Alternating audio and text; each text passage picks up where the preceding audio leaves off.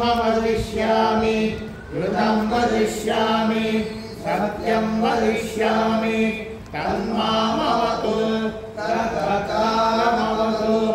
अवतु माम् अवतु भक्तारम् ॐ शान्ति शान्ति शान्तिः शीर्ष्याम्याश्यामः वर्णस्वरः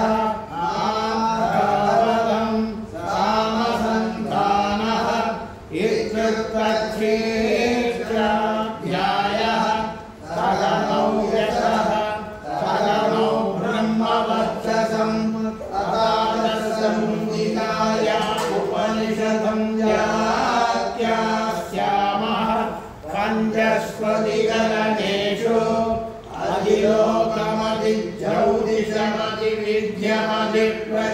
अधिलोकमधिज्यौतिषमधिविद्यमधिप्रजमध्यात्मं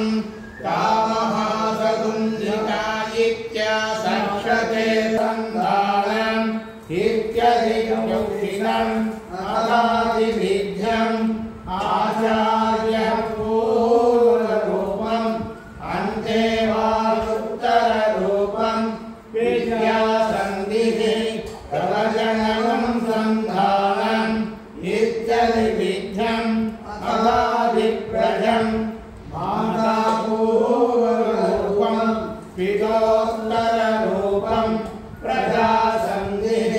प्रजननकम् सन्धानम् इत्यभिप्रजम् अथाध्यात्मम् अदलाहनपूर्वरूपम् उत्तराहनुरुच्यता वेद सन्धीयते प्रजया वसुभिः ब्रह्मवर्चसेनाम्नाद्येन स्वर्गेण लोकेन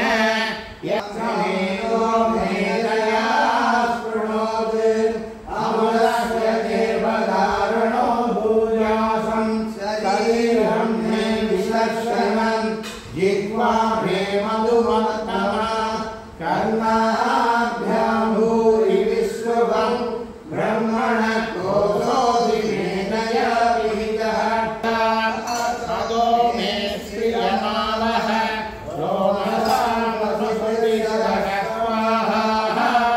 आमायन्तु ब्रह्मचारिणः स्वाहा यशो गणेशानि स्वाहा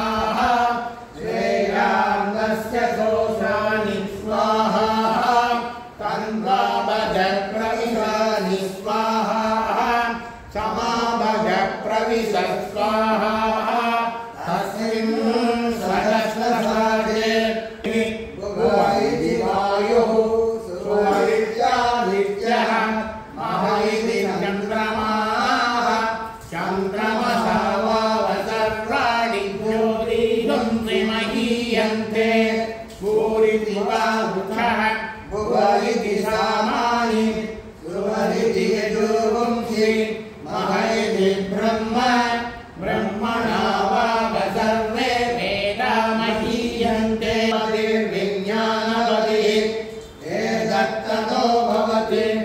आकाशशरीरं ब्रह्म सत्यात्मप्राणायामं मनः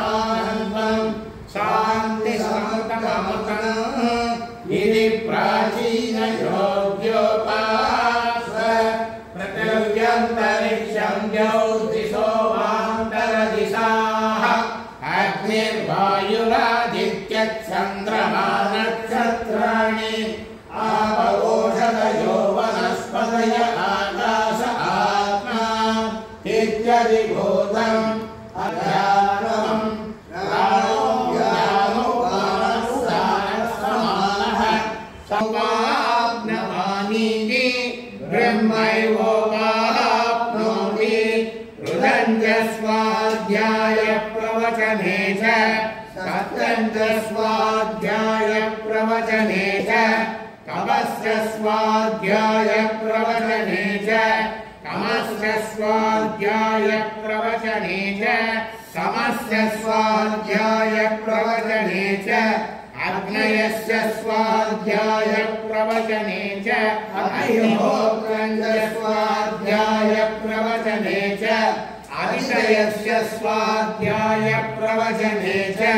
मानुषं च स्वाध्याय प्रवचने च प्रजास्य स्वाध्याय प्रवचने च प्रजनस्य स्वाध्याय प्रवचने च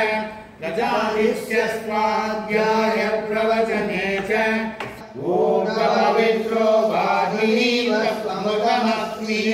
द्रविणं सर्वस्वं सुमेधा अमृतोषितः विदिशनो वेदानुवचनं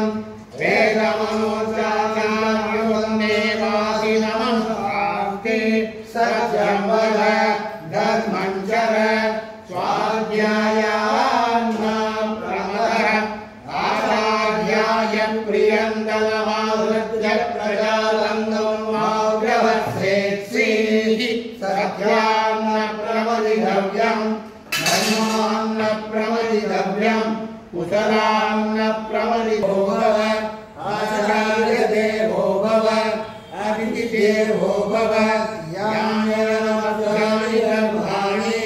तानि सेवितव्यानि मोदितराणि चरितानि तानि त्वयोपास्यानि मोदितराणि ये चाश्रया पुंसो ब्राह्मणाः तेषां प्रयासनेन प्रस्थितव्यं श्रद्धया ध्येयम् अश्रद्धया ध्येयं श्रिया ध्येयं प्रिया ध्येयं दिया ध्येयं संविदा ध्येयं अतये धर्मकामाश्यो तदा तत्रवर्तेताः पदाद्याद्यादेषु ते तत्र ब्राह्मणाः सम्मर्षिणः युक्ता अयुक्ताः अलुप्ता धर्मकामाश्यो यदा तेषु वर्तेरन् तदा तेषु वर्तेताः एष आदेशो वेदनिधिं गुहायां परमे व्योमन् सोऽस्नुते सर्वान् कामान् सः ब्रह्मणा विपस्थितेति तस्मात् एतस्मादात्मन आकाशसम्भूतः आकाशात् वायुः वायोरग्निः अग्नेरापः अद्य पृथिवी पृथिव्या ओषधयः तस्मात् एतस्मादन्नरसमयात् अन्योऽन्तरात्मा प्राणमयः एष भूर्मः स वा एष पुरुषविद एव तस्य पुरुषविदताम् अन्वयं पुरुषविदः तस्य प्राण एव शिरः यानो दक्षिणपक्षः अपान उत्तरपक्षः आकाशः आत्मा पृथिवी पुष्यं प्रतिष्ठा तदभ्येकस्तो भवति प्राणं देवं प्राणं ते मनुष्याः भवश्चये प्राणो हि भूतानामायुः तस्मात् सर्वायुषमुच्यते सर्वमेव च आयुर्यन्ति ये प्राणं ब्रह्मोपासते प्राणादि भूतानामायुः तस्मात् वायुषमुच्यते तस्मैव शरीर आत्मा यः पूर्वस्य तस्मात् एतस्मात् प्राणमयात् अन्योऽंशः आत्मा मनोमयः येनैष पूर्णः स वा एष पुरुषविद एव तस्य पुरुषविदताम् अन्वयं